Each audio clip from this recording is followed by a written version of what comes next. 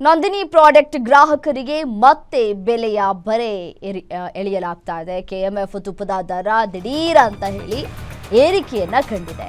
ಇಂದಿನಿಂದಲೇ ಪರಿಷ್ಕೃತ ದರ ಜಾರಿಯಾಗ್ತಾ ಇದೆ. 1 ಲೀಟರ್ ತುಪ್ಪಕ್ಕೆ 90 ರೂಪಾಯಿ ಏರಿಕೆಯನ್ನ ಮಾಡಲಾಗಿದೆ. 1 ಲೀಟರ್ ಕೆಎಂಎಫ್ ತುಪ್ಪಕ್ಕೆ 700 ರೂಪಾಯಿ ನಿಗದಿ ಮಾಡಲಾಗಿದೆ. ಈ ಮೊದಲು 610 ರೂಪಾಯಿ ಇದ್ದಂತಹ 1 ಲೀಟರ್ನ ತುಪ್ಪ ಜಿಎಸ್ಟಿ ಸ್ಲ್ಯಾಬ್ ಸುಧಾರಣೆ ಮುನ್ನ 650 ರೂಪಾಯಿ ಇತ್ತು. ಜಿಎಸ್ಟಿ ಸುಧಾರಣೆ ಬಳಿಕ 40 ರೂಪಾಯಿ ಇಳಿಕೆಯಾಗಿತ್ತು.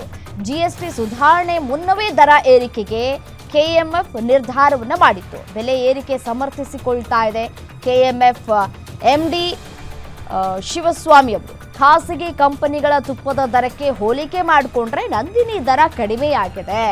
ನಿರ್ವಹಣೆ, ಸಾಗಣೆ, ಇತರೆ ಖರ್ಚು ಕಾರಣ ದರವನ್ನ ಏರಿಕೆ ಮಾಡ್ತಾ ಇದ್ದೀವಿ ಅಂತ ಹೇಳಿ ಕೆಎಂಎಫ್ನ ಎಂಡಿ ಶಿವಸ್ವಾಮಿ ಹೇಳಿಕೆಯನ್ನ ಕೊಟ್ಟಿದ್ದಾರೆ.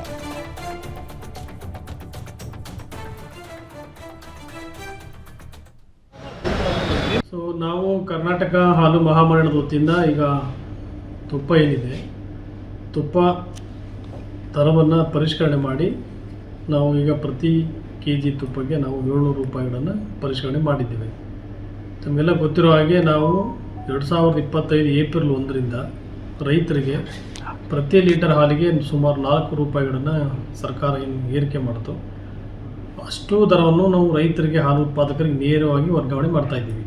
ಸೊ ನಿರಂತರವಾಗಿ ಏಪ್ರಿಲ್ 25ರಿಂದನೂ ಕೂಡ ನಾವು ಇಲ್ಲಿವರೆಗೂ ಅದೇ ದರವನ್ನು ಕಾಯ್ಕೊಂಡು ಬಂದಿರೋದು. ಮತ್ತು ರೈತರು ಏನಿದ್ದಾರೆ ಹಾಲು ಉತ್ಪಾದಕರು, ಅವರು ಉತ್ಪಾದನೆ ಮಾಡುವ ಹಾಲಿಗೆ ನ್ಯಾಯಯುತ ಬೆಲೆ ಸಿಗಬೇಕು ಅಂತೇಳಿ ಸರ್ಕಾರ ತೀರ್ಮಾನ ಮಾಡಿರೋದ್ರಿಂದ ನಾವು ಅಷ್ಟು ದರವನ್ನು ಯಾವುದೇ ಒಕ್ಕೂಟಗಳಿಗಾಗಲಿ ಮತ್ತು ಫೆಡರೇಷನ್ಗೂ ಪಾಸ್ ಮಾಡಿಲ್ಲ, ನೇರವಾಗಿ ರೈತರು ಕೊಡ್ತಾ ಇದ್ದೀವಿ. ಹಾಗಾಗಿ ನಾವು ತುಪ್ಪದ ದರವನ್ನು ಹೆಚ್ಚು ಮಾಡಬೇಕು ಅಂತೇಳಿ ನಿರ್ಧಾರ ಮಾಡಿ ಈಗ ಪ್ರತಿ ಲೀಟರು ಪ್ರತಿ KGಗೆ ಸುಮಾರು 700 ರೂಪಾಯಿನ ಮಾಡಿದ್ದೇವೆ. ರೈತರಿಗೆ ನಾವೇನು ನಿರಂತರವಾಗಿ 4 ರೂಪಾಯಿ ಕೊಡ್ತಾ ಇದ್ದೀವಲ್ಲ, ಆ ದರ ಮೊದಲಿಂದನೂ ನಾವು 6 ತಿಂಗಳು ಸತತವಾಗಿ ಕೊಟ್ಕೊಂಡು ಬಂದಿದ್ವಿ. ಈ ಹಿಂದೆ ಎಲ್ಲ ನಾವು ಹಾಲಿನ ದರ ಜಾಸ್ತಿ ಮಾಡಿದಾಗ 3 ತಿಂಗಳು 4 ತಿಂಗಳು ಕೆಲವು ಒಕ್ಕೂಟಗಳಲ್ಲಿ ನಾವೇನು ಜಾಸ್ತಿ ಮಾಡಿದ್ದೀವಿ ಅದರಲ್ಲಿ 75% ಅಥವಾ 50% ಅಷ್ಟೇ ಪಾಸನ್ ಮಾಡ್ತಾಯಿದ್ರು. ಬಟ್ ಈ ಸಾರಿ ಸನ್ಮಾನ್ಯ ಮುಖ್ಯಮಂತ್ರಿಗಳು ಹೇಳಿದರು, ನಾವೇನು ಹೆಚ್ಚು ಮಾಡಿದ್ದೀವಿ ಅಷ್ಟು ದರವನ್ನು ಕೂಡ ನೀವು ರೈತರಿಗೆ ನೇರವಾಗಿ ಕೊಡಬೇಕು, ಯಾವುದೇ ಒಕ್ಕೂಟಗಳಿಗೆ ಅಥವಾ ಫೆಡರೇಷನ್ಗೆ ಅದರಲ್ಲಿ ಪಾಲಿಲ್ಲ,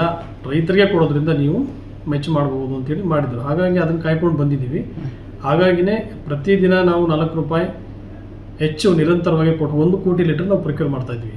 ಹಾಗಾಗಿ ಕೆಲವು ಒಕ್ಕೂಟಗಳಲ್ಲಿ 14 ಲಕ್ಷ ಲೀಟರ್ ಪ್ರೊಕ್ಯೂರ್ಮೆಂಟ್ ಇದೆ. 14 ಲಕ್ಷದಲ್ಲಿ ಸುಮಾರು ಮಾರ್ಕೆಟಲ್ಲಿ ನಾವು ಒಂದು 6 ರಿಂದ 7 ಲಕ್ಷ ಮಾರಾಟ ಮಾಡಿದ್ರೆ ಇನ್ನು ಏನು ಹಾಲು ಉಳಿತಿದೆ ಅದನ್ನು ಬೇರೆ ರೀತಿ ಕನ್ವರ್ಷನ್ ಮಾಡುವಂಥದ್ದು ಕ್ಷೀರ.